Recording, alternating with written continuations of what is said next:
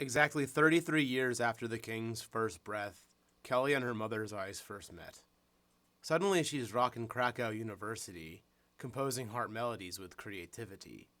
Soon, Daddy decreed Poland be quarantined, 'cause Casimir gets what Casimir wants.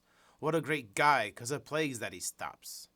An escape hatched from her slumbering dreams for constructing a lofty eagle feather winged glider that led her off the edge of Vavel's tallest tower, where she vanished silent in flight, that moonless midnight hour.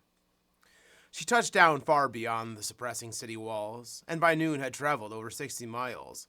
She snuck quiet and cool with good stash in her cloak, some flint, a dagger, gold, arrows, and a bow.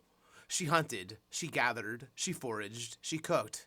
The wilderness was hers, everywhere she looked. But she longed for songs, melodic rhythms. Isolation conjured in her an inner cynicism. Traveling north, she sought minstrels in the kingdom of Novgorod. No one parties like Barties, those creative, clever lot. The path led her to a strangely serene village, intact and undamaged, lacking any sign of pillage, where no sound echoed off thatch-roof cottage streets, except for droning swarms of infinite fleas. Pain and suffering were caught stiff in corpses' poses, holding horrid expressions stuck in rigor mortis. The awful acrid stench made her cover her face. Overwhelming instinct demanded she escape. Dark, vile ooze seeped black apple-sized boils, leaking creases in deceased adults, boys, and girls. Rotting fingers clutched Bibles, rose petals, and posies, caked with black vomit dyed on their clothing. Walking paths amassed pickpecking vultures, ripping flesh torn off torn-up cadavers. It nauseated her. She social distanced. Why would God's pestilence slay pious innocents who humbly served their Lord with diligence? She left the dead crowd staring into the sun. What can I do to fix what's been done? Then a gyre falcon dove slam a flying squirrel to the earth. The gasping rodent fumbled an acorn toward her famished child in the dirt. Kelly's arrow pinned the praying bird to a tree, who croaked alongside Mummy, momentarily. The defenseless orphan wasn't yet fully grown, and Kelly wasn't going to leave her, helpless and alone. She fed the little rascal berries, bugs, veggies, and nuts, and trained her in reconnaissance with special skillful stunts. Rascal clutched an arrow as Kelly let the fletch go. Oh, twang, zing, zoom, twirl, wind, fling, flow. The airborne rodent spiraled wide, circling glides, surveying the countryside for anyone alive. The toiling twosome spotted survivors wandering out west, who they followed on a path to maybe remedy to this bubonic mess. In Novgorod's near-empty port city Veliki, monks self-flagellated, whips snapping repeatedly. While their relentless distraction appeased the scant masses, the duo leapt on a sail, then slipped down its mast, hidden in a cog, afloat on the Volkhov, gone with the wind in thick, silky fog. The merchant ship transported its furs and fish to Visby, but unknowingly the plague, October 1350. Concealed in a trunk of pelts and hides, the duo departed the dock off the boat's port side. She thieved, then disguised in a wolverine fur. No one recognized the missing princess was her. She did not understand the Swedish tongue, but recognized Celtic like it was sung. 3 Scots joked at the English's expense, entering a tavern to gamble with pints full of nonsense. She approached their table directly, raising their eyebrows skeptically. Care to deal in a lady? She asked calm and collectedly.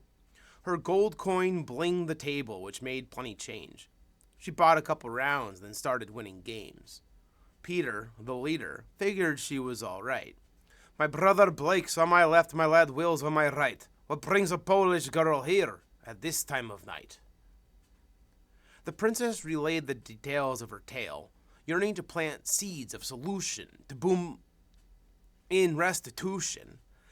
They looked at Kelly a moment, then huddled up. She's totally cool, right?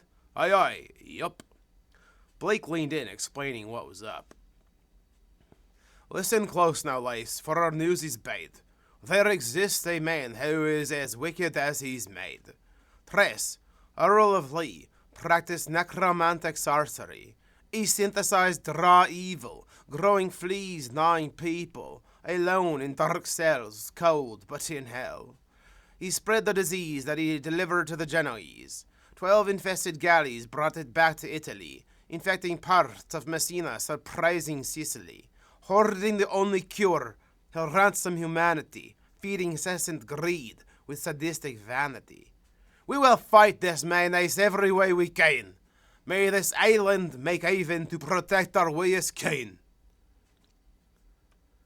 Hobbling near the tavern, stumbling outside, an infested man died suddenly mid-stride, cracking on cobblestones, splitting his skull wide.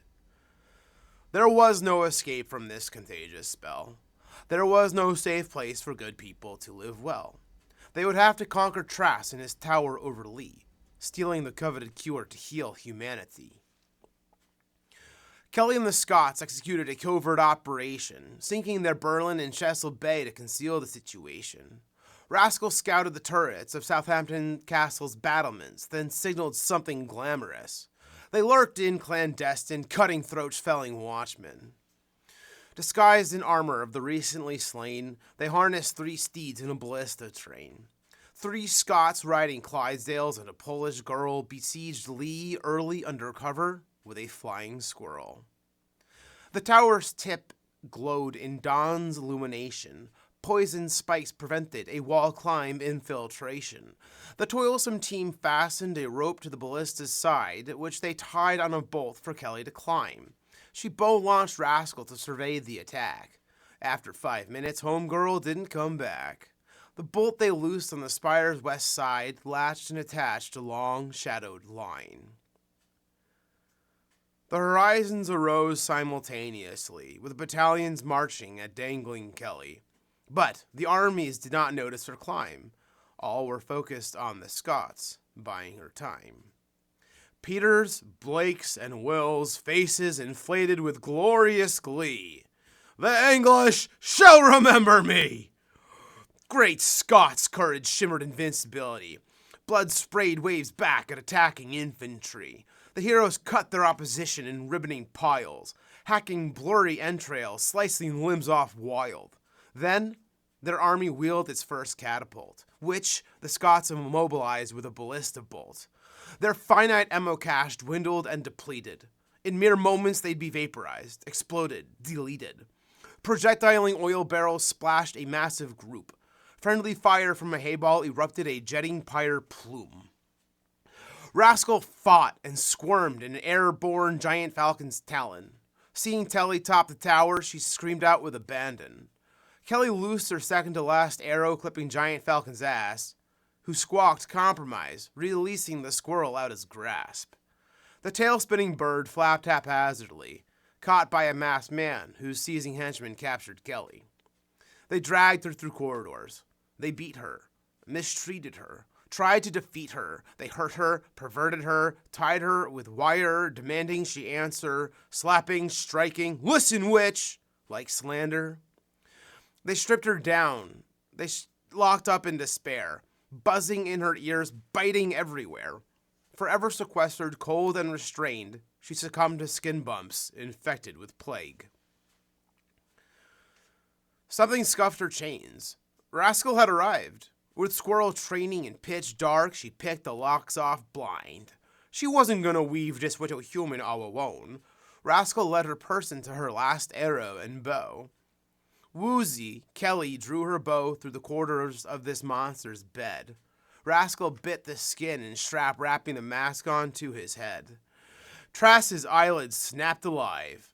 Double vision, arrow eyes. You cry, you die. Without the cure, you die. Trask spit a bitter, rasping reply. Men cannot lead anything. What do you call a forsaken leader? A king. Walking cocks are constantly lost. It's time women take control, despite the sacrificial cost. Trask removed his mask, revealing he was actually a lady. Kelly pretended to agree to the saying. Kelly pretended to agree to the insane misandry, following her into an alchemical lab where 3 yellow vials rested on a stone slab table. One rejuvenated Kelly, suddenly strong and stable. Trask uncorked one and started chugging hard, which muffled a gurgled scream as the arrow pierced her heart. Trask collapsed a shattered mess. Her cleavage dripped orange between bound breasts. Kelly dragged the body to the pit of fleas, then donning her mask became Earl of Lee. They trained the giant falcon as Rascal's flying mount. Delivering cures, they saved more lives than she could count.